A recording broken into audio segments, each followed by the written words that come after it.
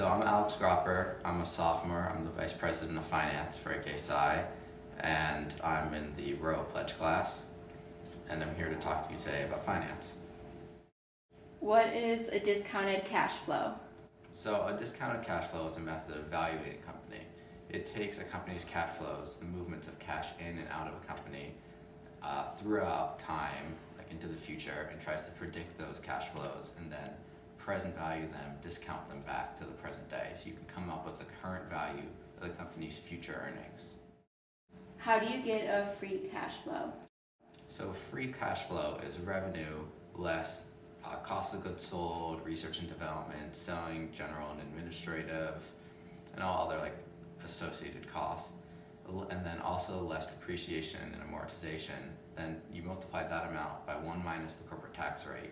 Then you add back in depreciation, which acts as a tax shield, and subtract working capital and capital expenditures, and that gives you free cash flow. What is WACC? So WACC, which stands for weighted average cost of capital, is a common method of coming out with that discount rate that you use to present value those free cash flows to the current day.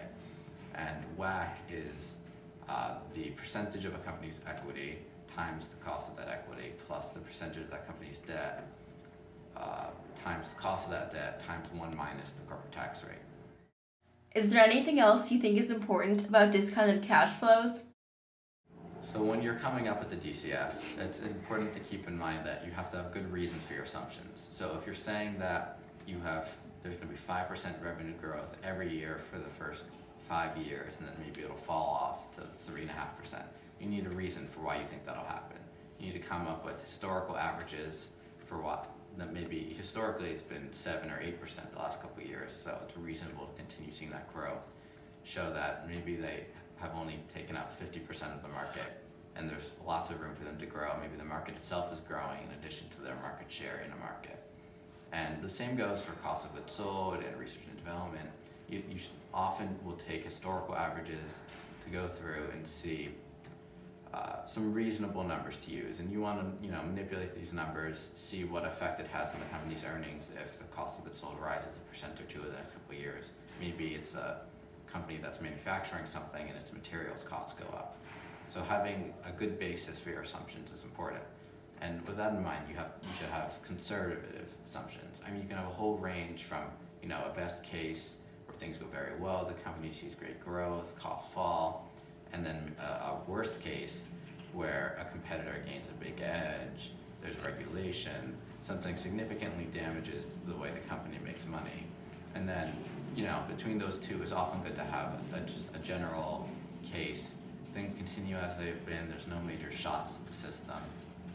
And you want to go through with that range compared to the current price per share to decide if a company is worth more than its current value. And if it is worth enough more than its current value, and you're being compensated for whatever risk is inherent in that company, then it might be a good investment. You might be able to capture some of that value, some of the difference between its intrinsic share price and its actual share price. And then after you maybe buy a company that you believe is worth more than it's currently selling at, you have to keep reevaluating that company as time goes on. Make sure that nothing's changed, or if it's maybe reached your price target, reevaluate, see if the price target should be higher, or see if maybe that extra value is gone and now the price is equal to its intrinsic price, and it might be time to sell it. So that's some of the basics on how to do discounted cash flow.